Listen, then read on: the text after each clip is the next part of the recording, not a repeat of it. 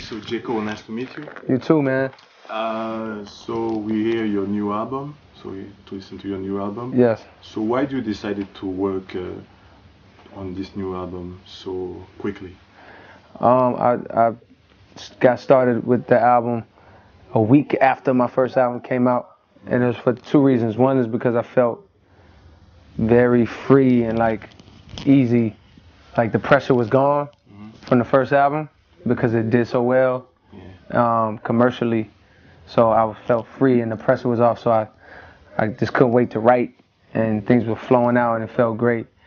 But the second reason is because I didn't feel satisfied with the first album. I still felt like a little empty, like there was some things I could have did a little better, you know what I mean? Like it didn't have the impact that I wanted it to have, you know? It did great for me, did well, so well, you know, 700,000 copies or whatever, but it didn't have that impact like I wanted it to, and I could feel that. Even subconsciously, I could feel it. Okay. And once again, you produced the whole album? Yes. So why you decided again to produce the whole album? I produced the whole album because that's just how it happened. I thought maybe I would work with more producers, and then I got my own little zone and just started making. You know, that's just how I work. I realized that's the type of artist I am. Like, I just like to make beats. I like to produce songs. I like to write songs, and then it wasn't on purpose. It just happened. Okay.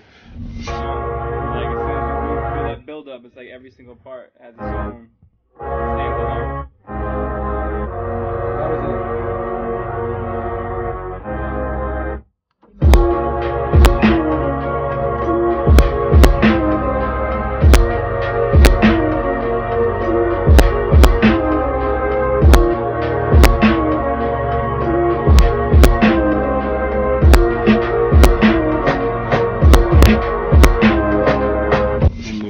In the press conference that you work with No ID.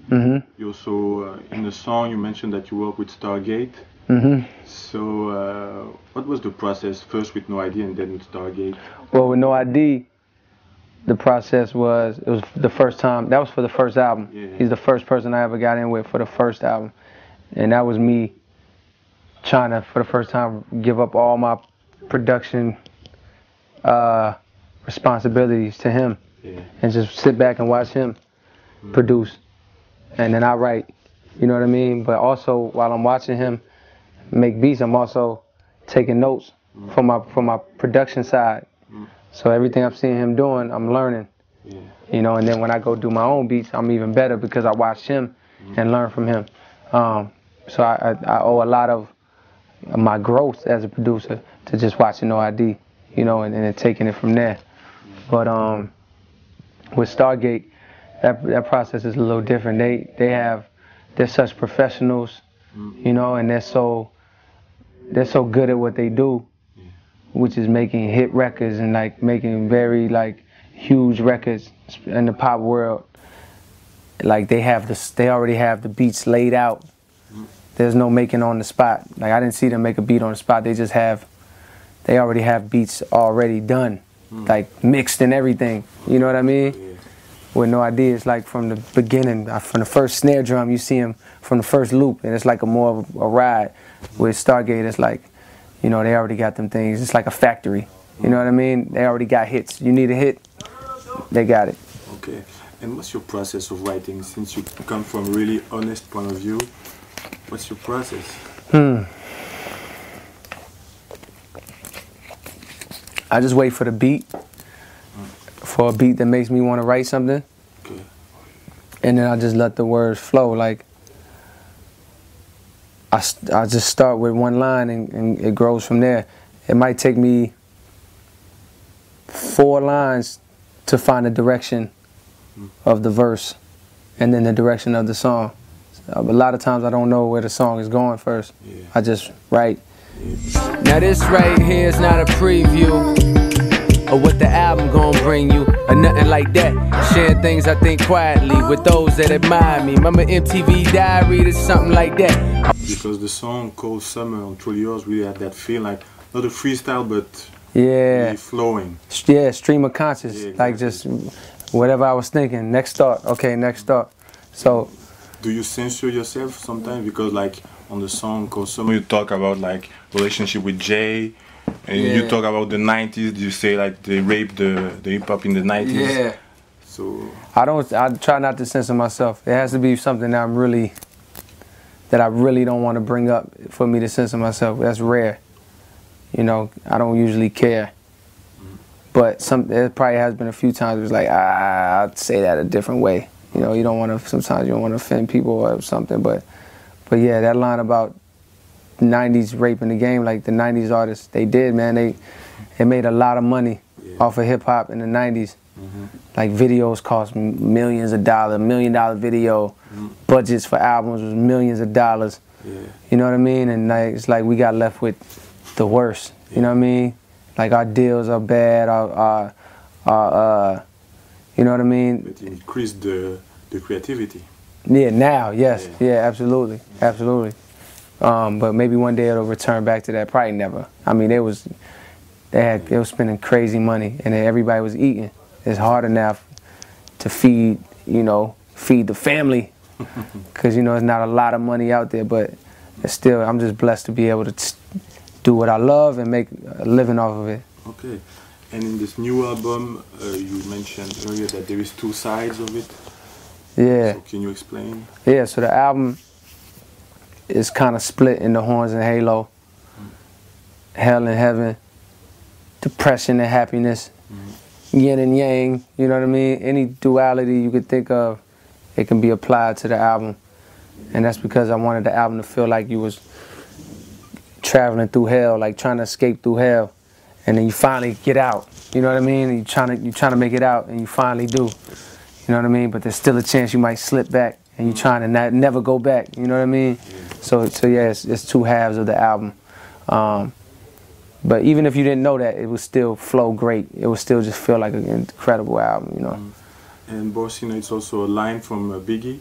Yeah. So it was made unconscious, or? No, I didn't. On Juicy. Born sinner, the opposite of a winner. Remember when I used to eat sardines for dinner?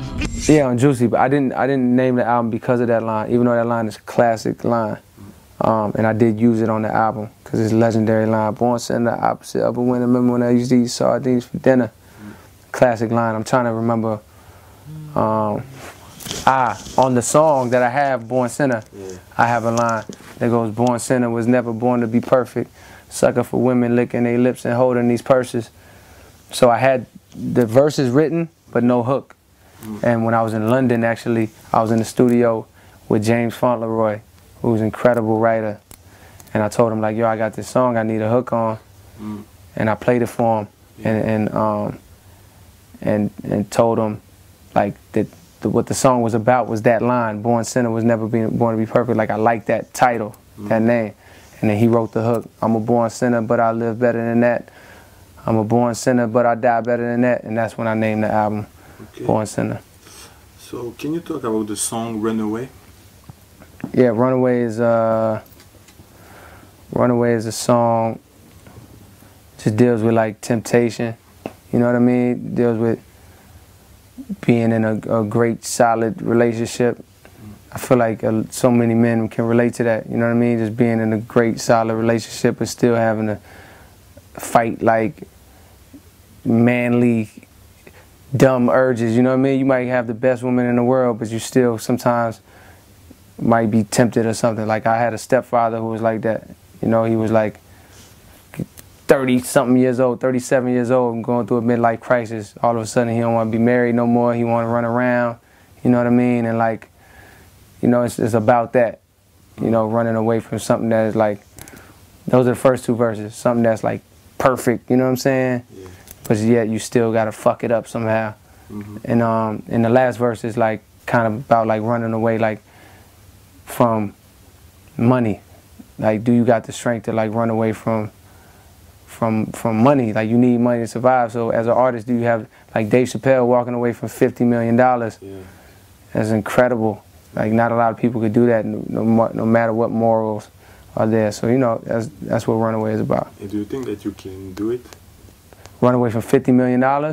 It depends. If I was in his situation and it felt like I was being I could see that, yeah, absolutely. If I felt, I saw his interviews, and if I felt like that, if I felt like I was making $50 million, but at the expense of, like, you know, destroying people, you know what I mean, or helping to destroy, like, somehow destroy the culture, then yeah, I would run away from that. I would go find it a different way, if that's how he felt.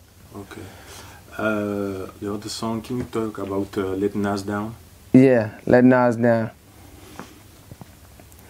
Let Nas Down is a long story, so I can't give the whole story behind it, but it basically comes down to the fact when I dropped my first single, well, my first, like, official single. It wasn't my first single, but when I dropped Workout from the first album, you know, I was happy and excited that I had finally got a song that would work at radio and that the label approved of. Hey, we got a good thing. Don't know if I'ma see you again, but is that a good thing? 'Cause girl, I can't be your man. No man. You know, and I was just happy to get a release date for my album because it had been 2 years. And then when I put it out, it was a terrible response. You know, with my fans and like with the people, you know, with a lot of people, not everybody, but a lot of people. And I heard through No ID that Nas heard the song and was like wondering why I made that song. It was like disappointed that I would make that song. So I never forgot that conversation. And then one day, maybe a year and a half later, I heard that, I made that beat, excuse me, in the house and just started writing it down, and like that's what came out. It was like a year and a half later. I didn't never even tell nobody that story either. And then I just wrote it out and rapped it first, and then everybody heard was like, oh shit, like, we didn't even know. You know what I mean? So that's Let Nas Down. Okay. Last question, your album is supposed to be released the same day as Kanye. Yeah. So why do you decide to? Because Kanye West announced that his album date would be a week before mine. And I feel like I work way too hard to like live in the shadow of a Kanye West album, which is probably gonna be incredible, you know what I mean? And even if it wasn't, like, it's gonna be a lot of hype around it, and I wasn't about to get overshadowed by that because I feel like I work too hard and I got a lot riding on this album, you know what I mean? So I decided to just drop the same day as him and be competitive about it, because it's a level playing field. Art is level playing field. You know, he might have more popularity and more, you know, more fans and definitely more credentials than me, you know what I mean? But it's an even playing field. At the end of the day, people got to make a choice. You got to like one or both. Do you think that it will help to break your image? Because people often see you as the underdog. Now, like, they can see that you can compete with Kanye. Yeah, I'm definitely still the underdog in this situation, but I feel like I can shock people and show them that I belong, you know what I mean? Like, I belong in that conversation. Like, put me in that conversation. I already feel like I'm right there. Like, when you got, like, rappers that people view as being at the top, you got Kanye West, Jay-Z, you know what I mean? And, like, and Lil Wayne, and, like, there's these rappers they put right there, and, like, they want to put me right there, but they ain't put me there yet. And it's like, I got to do things like this to let them know, like, yo, I put myself there. So it's up to you whether or not you put me there. Yeah, that's a bold statement. Yeah, it is kind of crazy to say that, but yeah, that's how I feel. Great. I don't know, anything left to say?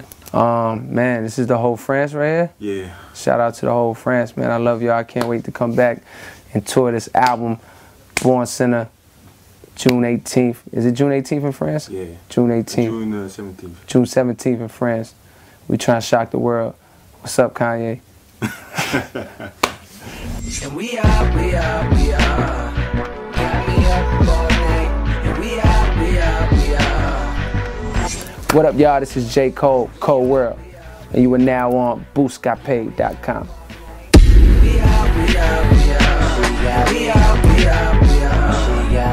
Well, this has gotta be the longest crush ever. If I ever get to fucking be the longest bus ever.